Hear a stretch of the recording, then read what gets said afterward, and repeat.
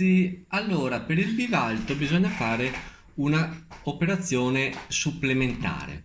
Allora, una volta che voi avete scaricato il file bivalto rar dal sito Veneziano il Volante e lo avrete scompattato, avrete questi 4 file .liv. Dopodiché voi li avrete installati correttamente con il library manager come fosse una livrea normale, quindi tutte e 4: carrozza Vivalto, slot vuoto, import, carrozza Vivalto prima classe, import, loco fs in coda, import, e Vivalto pilota, pezzo vuoto, import. Io ce li ho già, quindi perfetto, e poi fate save. Benissimo. Siamo dentro il gioco. Per avere il Vivalto dovrete avere l'espansione Abstract Hamburg Lübeck. Ma cosa succede se noi facciamo orario ed andiamo qui sulla 767 con il logo del pennello? A noi ci comparirà Vivalto pilota, sì. Ma se noi la scegliamo e andiamo a scegliere un qualcosa, guardate cosa succede. Eccoci qui. Avremo sì dei pezzi di Vivalto, ma succederà molto probabilmente che avremo un pezzo rosso che non c'entra niente, e soprattutto in spinta avremo la livrea originale Deutsche Bahn, quindi questo qui è una grande schifezza.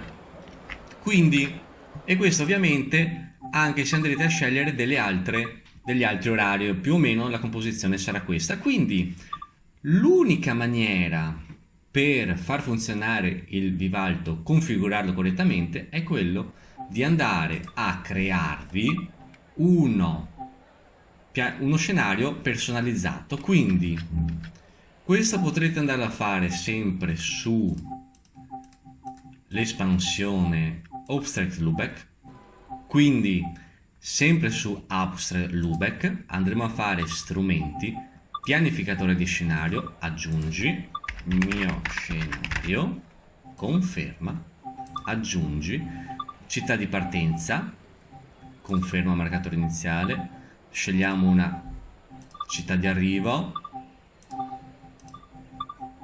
eccola qui. Dopodiché andremo giù a prendere 766 DPZ e qui avremo tutte le varie configurazioni. Allora andremo a cliccare sul primo, il secondo, il terzo, il quarto, il quinto, fino a che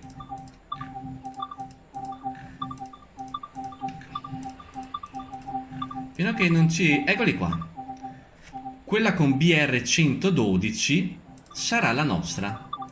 Eccola qui. Dopodiché andremo a scegliere carrozza prima classe, carrozza Vivalto seconda classe, loco FS in coda Vivalto e Vivalto pilota.